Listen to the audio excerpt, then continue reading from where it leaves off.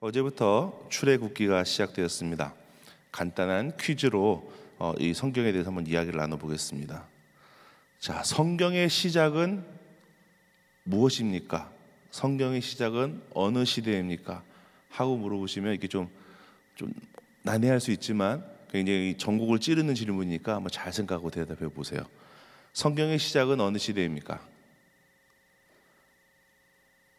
모세오경 아시죠? 모세오경이 창세기, 출애굽기, 레위기, 민수기, 신명기까지인데 이 5권을 쓴 사람은 당연히 모세입니다. 그죠? 그러면은 창세기는 모세 시대보다 앞선 시대잖아요. 그죠? 그렇다면 모세가 하나님의 영감을 받아서 이렇게 모세오경을 쓰기 시작했을 때는 이미 창세기는 과거의 이야기예요. 그죠? 그러면 지금 모세가 펜을 들어서, 그땐 펜이었을까요? 들어서 모세오경을 쓰고 있는 그 시점은 이미 애굽에서 나와서, 이집트에서 나와서 광야 생활을 하면서 모세가 글을 쓴 그 시점이란 말이에요. 그렇기 때문에 성경의 시작이 어디입니까? 성경의 역사적인 시작 시점이 어디입니까? 하고 물으신다면 출애굽기 시대입니다. 광야 시대입니다. 그때부터 성경을 쓰기 시작했고, 이 광야 시대에 이스라엘 백성이 저마다 하나님 온전히 알지 못했기 때문에 저마다 자기 생각대로 하나님을 알고 자기 고집을 피우며 하나님 앞에 바로 서지 못했을 때, 야, 너희들은 이러한 사람들이야, 너의 조상들은 이런 사람들이고 그때 아브라함에게 했던 약속이 흘러서 지금까지 왔어, 너희들은 하나님을 온전히 잘 따라야 돼 라고 말씀하시는 하나님의 음성을 적은 모세의 책입니다. 이해되시죠? 자, 그러한 출애굽기의 시작은 모세가 자기 자신을 설명하는 것부터 시작하죠. 어제 1장에서도 설명을 했고 오늘은 모세의 탄생에서부터 이야기를 시작하고 있습니다. 자, 모세가 새로 태어날 때는 새로 태어난 남자아이, 히브리 사람 중에 새로 태어난 남자아이는 모두 죽이라는 바로의 엄한 명령이 한창 실행되던 시대에 모세가 태어났습니다. 출애굽 당시에 BC 1446년으로 보이는데 모세의 나이는 80세였으니까 모세의 탄생 연도는 BC 1526년이 됩니다. 이때 애굽의 왕조는 애굽의 18번째 왕조, 18왕조의 세 번째 왕 투트모세 1세였습니다. 혹시 제가 보내드린 게 있죠? 예, 요거 보시면서 이야기 나누면 훨씬 빨리 이해되실 거예요. 다시 보여드리면 18번째 왕조의 세 번째 왕 투트모세 1세가 있는 시대에 모세가 태어났습니다. 레위 족속 중 한 사람 모세의 아버지는 레위 지파 고핫의 아들 아므람이었고 어머니는 요게벳이었습니다. 요셉이 죽고 요셉을 전혀 모르는 왕이 집권하였는데 그 왕은 이스라엘 백성들을 박해하기 시작했습니다. 왜냐하면 점점 숫자는 많아지고 원래 이집트 민족들을 불안하게 만들었기 때문이죠. 이런 박해 중에 모세의 부모는 결혼을 했고 남자아이를 낳았고 애굽 왕으로부터, 이집트 왕으로부터 이미 히브리인 남자아이를 낳으면 죽이라는 명령을 받았습니다. 처음에는 어떻게든 이 아이를 살려보기 위해서 숨겨서 키웠는데 아이가 점점 커짐에 따라서 목소리도 커지고 울음소리도 커지니까 더 이상 그렇게 할 수 없게 됐습니다. 그래서 갈대로 상자를 만들어서 그 상자 안에 물이 들어가지 않도록 역청을 바르고 이런 식으로 방수 처리를 해서 물 위에 띄웁니다. 사전에 바로의 공주가 어디서 목욕을 하는지 미리 알아두었다가 그곳으로 가서 물 위에 이 모세를 갈대 상자를 띄웁니다. 이 갈대 상자는 이후에 이 방주를 의미하는 것이 아니냐 하는 또 말이 나오죠. 그렇게 그 공주가 목욕하는 그곳에 이 갈대 상자를 띄운 것이 그의 유일한 누이 미리암이고, 그녀는 이 어린 모세를 상자에 넣어서 나일강에 띄워놓고 멀리서 바라보면서 그 생명이 구출되기를 기다렸고, 그리고 또 모세를 건진 바로의 딸에게 유모로서 모세의 친엄마를 소개시켜 주죠. 그렇게 모세를 데려다 그의 자식으로 키운 바로의 딸은 지금 나온 대로 18번째 왕조, 세 번째 왕 투트모세 1세의 딸 하첵수트였습니다. 하첵수트는 무난 동료였습니다. 그래서 왕위를 계승할 수 있었는데 남편의 의붓 형제 투트모세 2세로 왕위를 계승하게 됩니다. 하첵수트는 모세의 어머니는 아이를 낳지 못하는 여자였기 때문에 투트모세 2세와 하첵수트 사이에는 아들이 없었습니다. 병약한 투트모세 2세는 궁녀의 몸에서 아이를 낳았는데 그 아이가 자라는 것을 보지 못하고 죽었고 이 아이는 어린 투트모세 3세가 됩니다.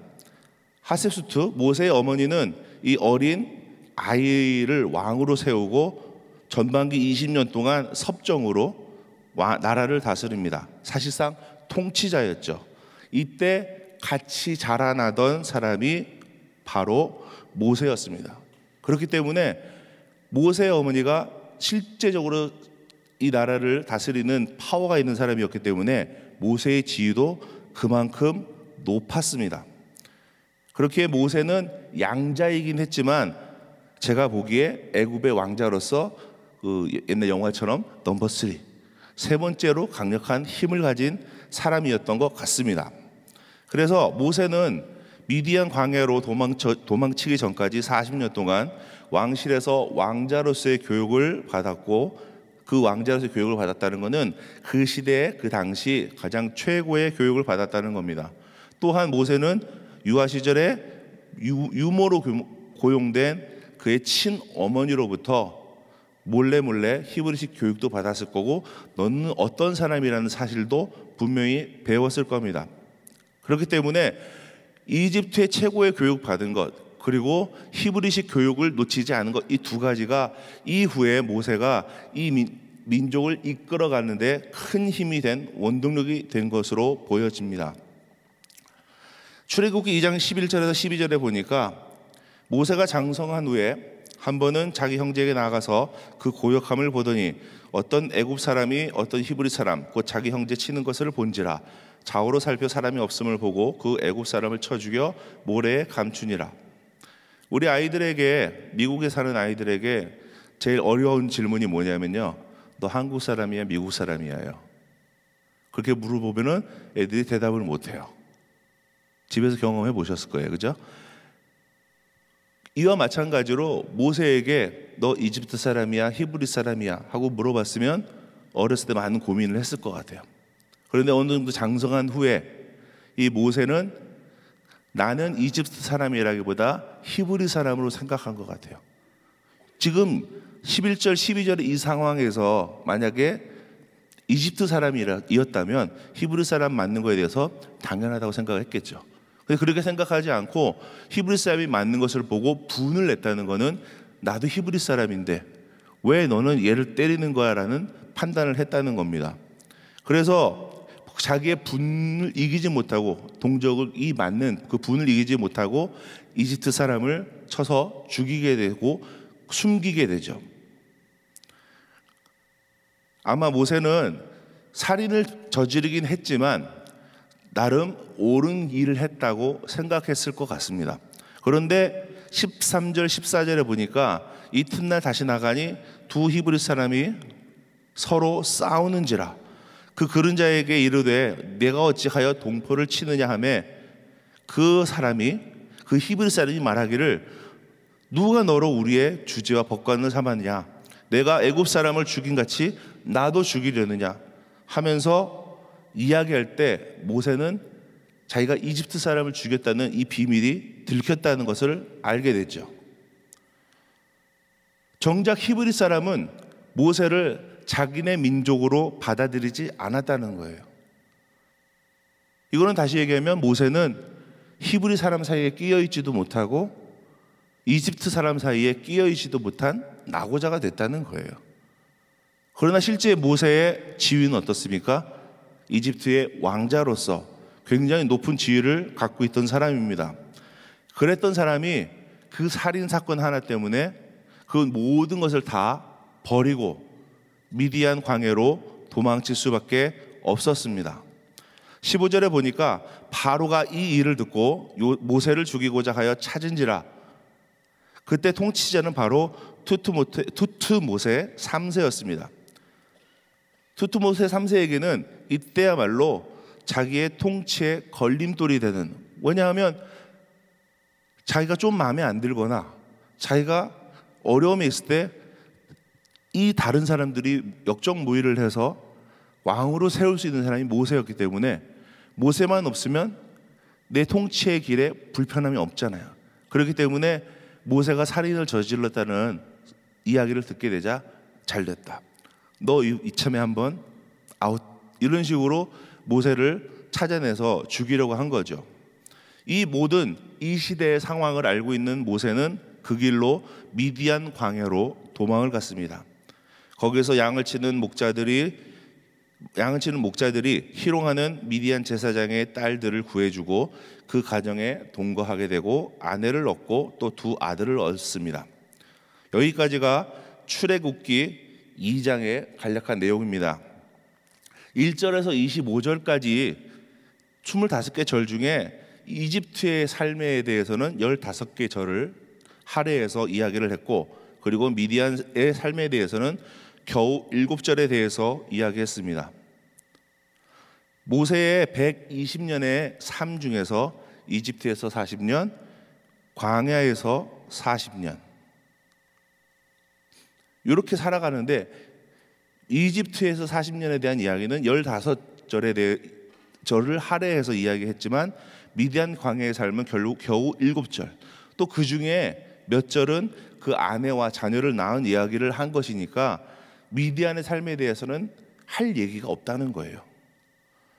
한 나라의 서열 3번째로 화려하고 멋진 삶을 살던 그 사람이 40년 동안 그 높은 지위와 명예를 누리던 사람이 한 번의 혈기로, 한 번의 실수로 모든 것을 잃게 되고 미디안 광야로 도망쳐 나가게 됩니다.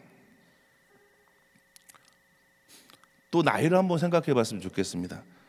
지금의 나이랑 좀 다른 개념이긴 할 텐데 40년 동안 이집트에서 화려하게 살다가 그 이후 40년, 80세까지 미디안 광야에서 뭘 했냐면 양을 키웠어요. 나이가 어린 아이들이나 젊은 사람들이 양을 키운다.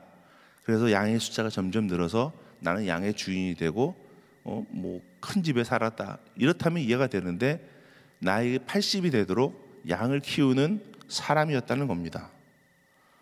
양을 키우는 삶은 어떠냐면 양을 치고 젖을 짜고 털을 깎고 허구한 날이면 집을 나가서 들에서 양을 치다가 잠드는 그러한 삶입니다. 그 삶을 계속 반복해서 살고 있는 거죠. 처음부터 양을 치던 사람이면 그나마 나은데 40년간 최고의 권력으로 살아가던 사람이 나머지 40년 동안은 겨우 양을 치며 살게 되는 삶을 삽니다. 보나마나 모세의 자존감은 땅에 떨어졌을 것이고 모세의 삶에는 소망도 없고 후회와 절망만이 있었는지도 모릅니다.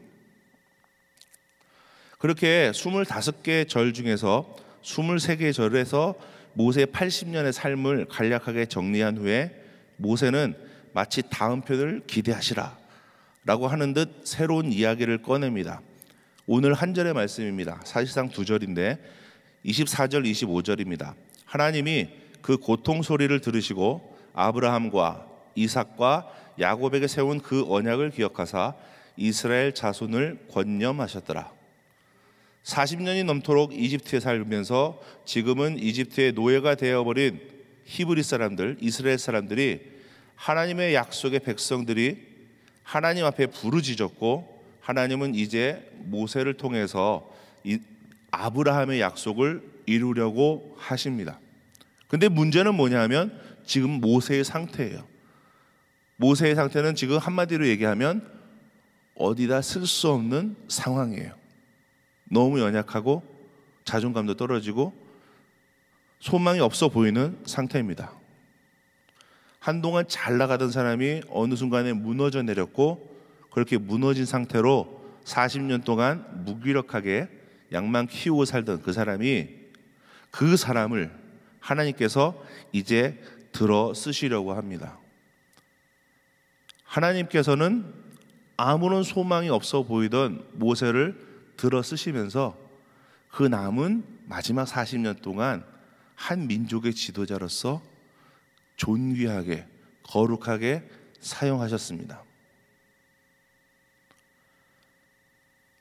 하나님께서 우리 교회를 지난 40년 동안 양육하셨습니다.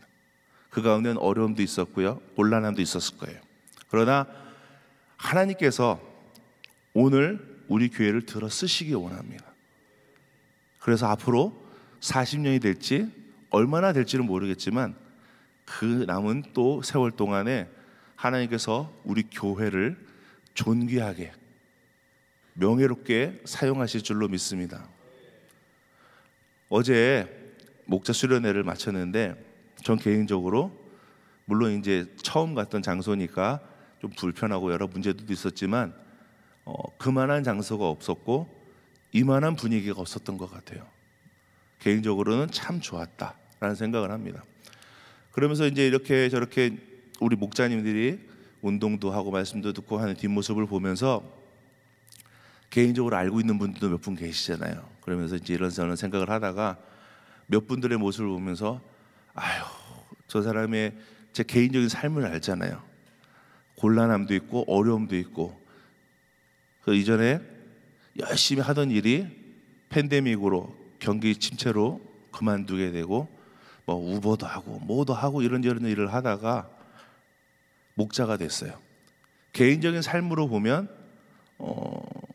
낭망할 수밖에 없고 힘들 수밖에 없고 한숨이 나올 수밖에 없는 인생인데, 하나님께서 그런 사람에게 목자의 직분을 주셨어요.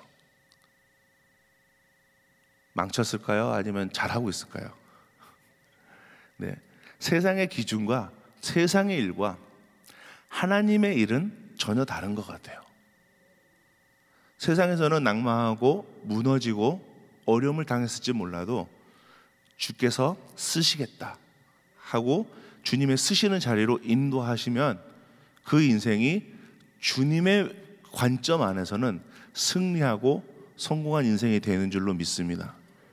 그 한 사람뿐만이 아니라 제가 우리 목자님들을 보면서 참 많은 사람들이 그러한 어려움들을 뚫고 이겨서 승리한 사람들이 참 많다라는 생각을 합니다. 특별히 이런 케이스들은 우리 목사님들에게 참 많이 있는 것 같아요. 개인적인 삶이 하나님께서 풍요롭게 이끌어 가시고 잘 풀어 가시다가 어느 날 목사가 되게 하시는 경우도 꽤 많습니다. 그러나 더 많은 경우는 신앙의 삶의 어려움들을 뚫고 하나님의 쓰시는 종으로 삼으시는 경우가 참 많은 것 같아요. 저만 해도 미국 오기 전까지는 열심히 살고 잘 살았어요. 우리 한 목사님은 대통령이 꿈이라고 하셨는데 저는 이제 성악가가 꿈이었어요. 큰 무대에서 노래하고 이러는 게 꿈이었는데 어느 날 그게 쉽지 않다는 사실을 깨달았어요. 한국에서 유학을 안 갔다 오면 존대받기가 참 어려워요. 그래서 에라 모르겠다, 나도 유학을 가자 하고 미국을 왔는데 와서 보니까 제가 너무 경솔했죠. 돈도 없어, 뭐 백도 없어, 또 특별히 어디 학교를 정하거나 뭘 정해놓고 온 것도 아니야. 그러다 보니까 여기 와서 열심히 공부는 하고 열심히 살아보려고 노력은 했지만 이 다음 학교로 진학이 안 되는 거예요. 여기서 꽤 쓸만한 학교 졸업장 하나만 챙겨가지고 한국 들어가면 뭐 이제 아는 분들도 있고 뭐 이러니까 조그만 시간 강사부터 시작해서 뭐 교수까지 되는 거는 별 어려운 일이 아니었던 것처럼 보여요. 뭐 지난 일이니까 마음 놓고 얘기하는 건데, 그런데 실제로 살다 보니까 학위를 얻는다는 게, 학교를 계속 다닌다는 게 쉽지 않아요. 시험을 봤는데, 오디션을 봤는데 뒤로 들리는 얘기가 너 대학원을 졸업하고 왔는데 대학원이 굳이 필요하니? 그러면서 떨어뜨렸대요. 그리고 나이도 더 어린 애들을 뽑아야지, 너는 30이 좀 넘었었으니까, 이런 식으로 얘기를 했다는 거예요. 그래서 음악으로 계속 진학하는 게 막혔어요. 비자는 만료돼 가고 어떻게 해야 하나 고민하던 차에 제가 이제 월드미션이라고 신학교에서 음악과를 다니고 있었는데, 이참에 신학도 한번 좀 배워보자. 어차피 여태까지 교회에서 성가대 지휘자로 또 교회에서 사역하면서 살았는데, 남은 삶을 사는 동안에 성경 좀 배우면 어때요? 하면서 몇 학기 정도 머물 요량으로 시작을 했는데, 그 안에 하나님의 은혜가 있는 거예요. 이 과목을 배우고 나면 그 과목을 배우고 나서 그걸 적용해서 뭔가를 또 할 수 있는 상황이 오고요. 분명히 제 수중에는 돈이 없어요. 신학교 학비 낼 돈도 없는데 어느 날 장로님이 오셔가지고 쓰시라고 이게 주시고 가시고, 또 어느 날 누군가가 학비 내라고 주시고 가시고, 이런 은혜를 누리다 보니까 아, 이 길이 맞구나, 하나님의 길이 맞구나 하면서 제 자신이 하나님이 쓰시는 삶으로 돌아서게 되고 성장하는 삶을 살게 됩니다. 모세가 낭망해서 쓰러졌을 때 하나님께서 붙잡아 주시고 너는 내 종이야, 네가 이스라엘을 다스려 라고 말씀하신 것처럼, 저의 삶에도 방향을 잃고 어디로 갈지 몰라 하던 사람을 붙잡아서 일으켜 세우시고 나의 종으로 하나님의 사역을 감당해 라고 말씀하셨어요. 저뿐만이겠어요? 우리 목사님들이 다 그런 삶을 누리면서 사셨어요. 목사님들 뿐이겠습니까? 여러분의 삶은 어떻습니까? 지금까지 한국에서 잘 살다가 돈 잘 모아가지고 그 돈 갖고 미국 가서 좋은 비즈니스 잘하고 좋은 집 살고 승승장구하며 살다가 어느 날 교회를 알게 되고 교회 와서 교회에서도 승승장구하고, 이렇게 사는 사람은 그닥 많지 않아요. 거의 대부분의 사람들이 한국에서 살다가 꿈을 안고 미국에 왔는데, 뭐 심각한 사람들은 뭐 사기를 당한 분도 있고, 또 어떤 분들은 비즈니스가 잘 안 풀려서 여러 가지 이유로 낭망하고 넘어져요. 그런데 어느 날, 우리 TD 간증으로 많이 듣는 얘기인데, 어느 날 교회 가자, TD 한번 올라가자, 반신반의하고 올라갔었는데 그 속에서 하나님의 은혜를 만나게 되고 내 심령이 변화되게 되고 내 안에 기쁨이 차게 되고, 그리고 그렇게 결심한 심령이 하나님이 들어서 쓰시는 그 길에 서리 집사로서, 장로로서, 권사로서, 또 교회 목자로서, 때로는 주님의 종으로 서원해서 목사가 되면서 하나님의 뜻을 이루어가는 삶을 살게 됩니다. 오늘 말씀을 정리해서 다시 한번 이야기를 하기를 원합니다. 여러분의 삶이 혹시 지금 무너져 있는 분들이 계십니까? 제가 가끔 기도하면서 혹시 이 회중들 가운데 오늘이 마지막 날이라 생각하고 눈물 속에 교회로 나온 분이 있다면 그분이 오늘 예수를 만나게 하여 주시옵소서, 회복되게 하여 주시옵소서, 이런 기도를 가끔 해요. 혹시 이 가운데 말씀을 들으시는 여러분들 가운데 소망이 없어서 이제 어떻게 해야 되나 절망에 빠진 분이 계시다면 오늘 주님이 여러분들을 건지실 겁니다. 모세의 이름이 건지다는 뜻이잖아요. 건져내셔서 주님의 사역에 써주실 겁니다. 세상의 문제는 아직 해결되지 않았을 수도 있어요. 하지만 주님이 건져서 쓰신다면 내 삶은 변화될 것이고 세상의 삶도 변화될 것이고 언젠가는 기쁨만 가득한 풍요로운 그날이 올 줄로 믿습니다. 그렇게 날마다 주님만 바라보시면서 살아가시는 여러분들 되시기를 축복합니다. 함께 기도하겠습니다. 주님, 오늘도 우리에게 귀한 말씀을 주시니 감사합니다. 모세가 낭망하여 쓰러져 있던 것처럼 우리의 삶도 낭망하여 갈 곳을 몰라 헤매고 있습니다. 그러나 주님께서 일으켜 주시고 사역을 주시고 새로운 소망을 주실 때 우리가 회복되는 줄도 믿습니다. 주님, 우리 삶을 변화시켜 주시고 회복시켜 주셔서 절망 속에서 소망으로 바뀌게 하시고 막혀있는 곳에서 뚫려있는 곳으로 아버지 변화될 수 있는 귀한 삶으로 주님 축복하여 주시옵소서. 감사합니다. 예수님의 이름으로 기도했습니다. 아멘. 네, 말씀 생각하시면서 약할 때 강함 대신에 우리가 찬양합니다.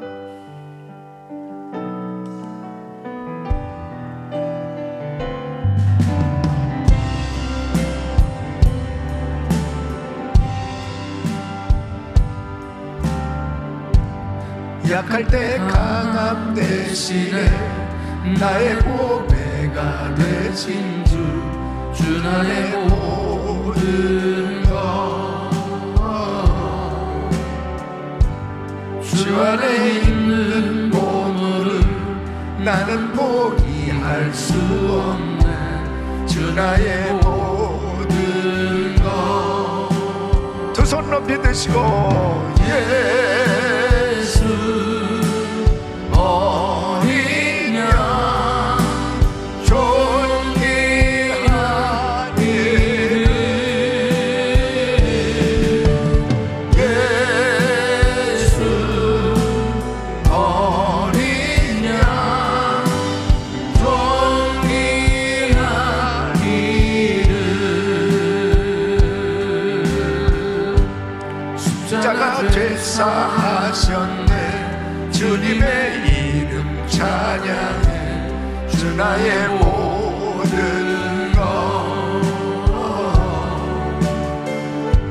쓰러진 나를 세우고 나의 빈잔을 채우네. 주 나의 모든 것 예수 어린 양 예수 어린 양 존귀한 이름 예수 어린 양 존귀한 예수 어린 양 예수 어린 양 존귀한 이름 예수 어린 양 존귀한 이름. 아멘. 하나님 앞에 쓰임받는 사람들은 반드시 연단의 시간을 거쳐야 합니다. 하나님께서 주시는 이 연단은 결코 실패가 아니에요. 결코 불행이 아닙니다. 하나님께서 주시는 연단의 시간은 축복의 시간이에요. 하나님께서 그릇을 준비하시기 위해서 하나님께서 쓰셔야 되기 때문에 하나님께서 빚으시고 다듬으시고 만드시는 이 연단의 시간을 꼭 허락하시는 걸 볼 수 있습니다. 그러니까 주님께 쓰임받은 사람들 보십시오. 다 연단의 시간을 가졌습니다. 이 모세도 하나님이 쓰셔야 되니까 세상적으로는 준비됐죠. 이 바로의 왕궁에서 40년 동안이나 학문과 무술과 모든 것을 다 연마하고 준비된 당시의 히브리 사람으로서 그만한 위치까지 되어진 사람이 어디 있겠습니까? 히브리 사람을 괴롭히는 애굽 사람을 쳐 죽인 이 사건은 사실 어떤 면에서 보면은 이 모세는 아직 하나님이 쓰시기에는 준비가 안 됐어요. 영적인 사람이 아니에요. 자기가 볼 때, 세상 사람들이 볼 때는 세상적으로는 준비됐죠. 그러나 하나님이 쓰시기에는 아직 부족해요. 여러분, 때로는 우리가 정말 이렇게 주님의 일을 하려고 할 때, 신앙생활을 좀 잘해보려고 할 때, 뭔가 좀 주님께 쓰임 받으려고 하는데 너무 어려운 거예요. 너무 힘든 거예요. 너무 속상하고 너무 고통스러운 그런, 어떤 면에서는 자존심도 포기되어야 되고 정말 어디까지 내려가야 되는가 할 만큼 그렇게 무너지는 그런 일들이 생겨질 수 있어요. 하나님의 섭리 가운데 하나님께서는 나를 빚으시고 만드시고자 하시는 그 연단의 시간을 허락해 주실 때 그 시간을 잘 훈련받는 시간이 되어야 합니다. 그것은 바로 하나님 앞에 엎드리는 시간을 가져야 되는 거예요. 하나님께서 억지로 이 모세는 미디안 광야로 내모르셔서 모세, 넌 아무것도 아니야. 네가 무슨 왕자야. 넌 아무것도 아니야. 넌 살인자야. 넌 도망자야. 완전히 길을 다 빼놓으시고, 그리고 두 손 들었을 때 그때 하나님 부르셨어요. 사랑하는 성도 여러분, 지금 여러분들에게 너무 힘들고 어려운 그런 상황이라면 바로 그 고난의 시간은, 그 연단의 시간은 축복된 시간입니다. 바로 주님이 만드시기만 하면 위대하게 쓰임받게 되는 걸 꼭 믿으시고, 우리 성도님들의 이 연단의 시간을 잘 통과해서 정말 하나님 앞에 아름답게 쓰임받기를 예수 이름으로 축원합니다. 두 손을 가슴에 모으시고 몸이 아픈 분들 아픈 곳에 손 얹으십시오. 걸어가신 아버지 하나님, 약할 때 강함 되시는 하나님의 은혜를 기억하고 힘들고 어려운 가운데서도 오직 예수 주님만을 바라보게 하여 주옵소서. 주님을 의지하게 하여 주시옵소서. 전적으로 주님을 의지하면 하나님께서 참으로 내게 주시는 그 은혜로 그 모든 연단의 시간 가운데 승리할 수 있는 줄로 믿사오니 주여 역사하여 주시옵소서. 아직도 영적인 사람이 되지 못해서 부족하기에 때로는 여러 가지 정말 하나님이 쓰시고자 연단의 시간을 허락하실 때 있사오니 그 연단의 시간에 하나님을 바라보게 하여 주시옵소서. 결단코 원망하고 불평하고 그리고 포기하는 일은 끊임없는 광야 생활할 수밖에 없사오니 아버지 하나님, 하나님 앞에 전적으로 나아갈 수 있도록 순종하는 삶이 되게 하여 주셔서 이 연단의 시간을 통해서 빚어지고 다듬어지고 만들어지는, 그래서 하나님의 손에 붙들려 쓰임받는 저희들이 되게 하여 주시옵소서. 역사하여 주시옵소서. 연약한 육신들을 이 시간 안수하사 깨끗게 하여 주시옵소서. 내가 나사렛 예수 그리스도로 명하노니 모든 병만아 떠나 갈지어다. 예수 이름으로 깨끗한 말을 지어다. 모든 병만아 떠나 가라. 예수 이름으로 깨끗한 말을 지어다. 모든 수치는 정상이 될지어다. 통증이 사라질지어다. 암세포는 없어질지어다. 예수 이름으로 깨끗한 말을 지어다. 주여 만져 주시옵소서. 공황장애, 우울증, 불면증 떠나 갈지어다. 예수 이름으로 깨끗한 말을 지어다. 주여 만지시고 강건케 하여 주시옵소서. 아버지 하나님, EGTD 가운데 있습니다. 하나님께서 역사해 주셔서 성령의 강력한 역사하심으로 모두가 다 성령 받게 하여 주시고 거듭나게 하여 주시고 변화받는 시간 되게 하여 주시옵소서. 이제는 우리 주 예수 그리스도의 은혜와 우리 하나님 아버지의 근본하신 사랑과 성령님의 감동 감화교통 충만하신 은총이 하나님의 연단의 시간을 잘 통과하고 하나님 앞에 쓰임받기를 원하는 모든 성도들 머리 이제부터 영원토록 함께 있을지어다. 아멘.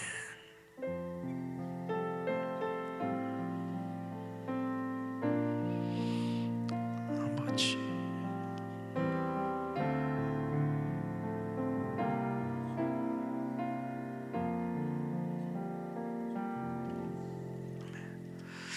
이제 기도하실 자리 잡으시고 기도하실 때 EGTD 위에서 기도해 주시고 또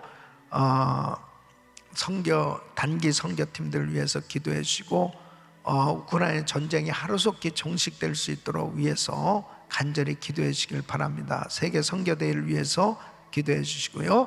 우리 주여 부르짖고 기도합니다. 주여 주여 주여. 걸어가시고 존귀하신 아버지 하나님 감사합니다.